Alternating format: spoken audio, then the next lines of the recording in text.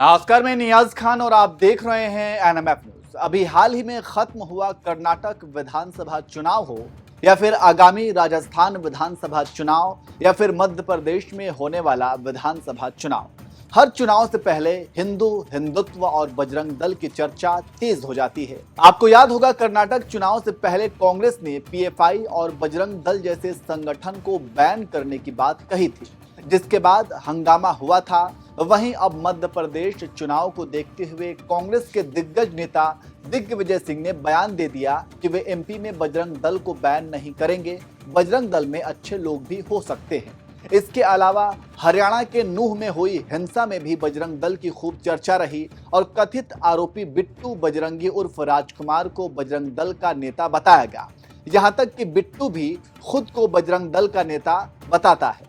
हालांकि बिट्टू बजरंगी को पुलिस ने गिरफ्तार भी कर लिया है। वहीं विश्व हिंदू परिषद ने भी साफ कहा है कि उसका बजरंग दल से कोई संबंध नहीं है। कुल मिलाकर बजरंग दल का मुद्दा हमेशा गरमाया रहता है। ऐसे में बहुत से लोग ये जानना चाहते हैं कि आखिर बजरंग दल है क्या, इसकी स्थापना कब और कैसे हुई, इसका कांग्रेस से क्या कनेक्शन है और बजरंग दल आखिर करता क्या है। ऐसे तमाम सवाल हैं और इसका जवाब भी हम आपको इसी वीडियो में देंगे, तो इसे अंत तक जरूर देखिएगा। तो सबसे पहले आपको बता दें कि इस संगठन की स्थापना की कहानी बहुत ही दिलचस्प है। जुलाई 1984 ऑपरेशन ब्लू स्टार को महीने भर हो गए थे, लेकिन पंजाब में हिंदुओं के खिलाफ गाहे बगाहे हिंसा की खबरें आ रही थी। इसी दौरान विश्व हिंदू परिषद ने अयोध्या में राम जन्मभूमि को स्वतंत्र कराने के लिए एक समिति का गठन किया।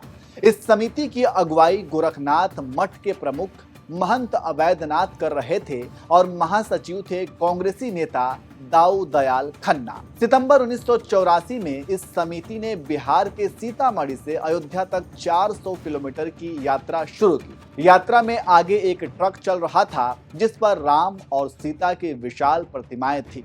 पीछे गाड़ियों में साधु संत और हजारों लोग थे। 6 अक्टूबर 1984 को यात्रा अयोध्या में सरयू नदी पर बने पुल पर खत्म हुई। 7 अक्टूबर को सरयू के तट पर कार्यक्रम आयोजित किया गया और इस कार्यक्रम में करीब 60,000 लोग शामिल हुए। 8 अक्टूबर को वीएचपी यानी कि विश्व हिंदू परिषद ने सीता को छुड़ाने और लंका को नष्ट करने में भगवान राम की सहायता करने वाली वानर सेना की तर्ज पर ही बजरंग दल के गठन की घोषणा की। इस दल का उद्देश्य बाबरी मस्जिद से राम को मुक्त कराना था और इसकी कमान विनय कटियार को सौंपी गई। इसके बाद 6 दिसंबर 1992 को बजरंग दल की अगुवाई में ही कार सेवकों ने अयोध्या में विवादित ढांचा गिरा दिया।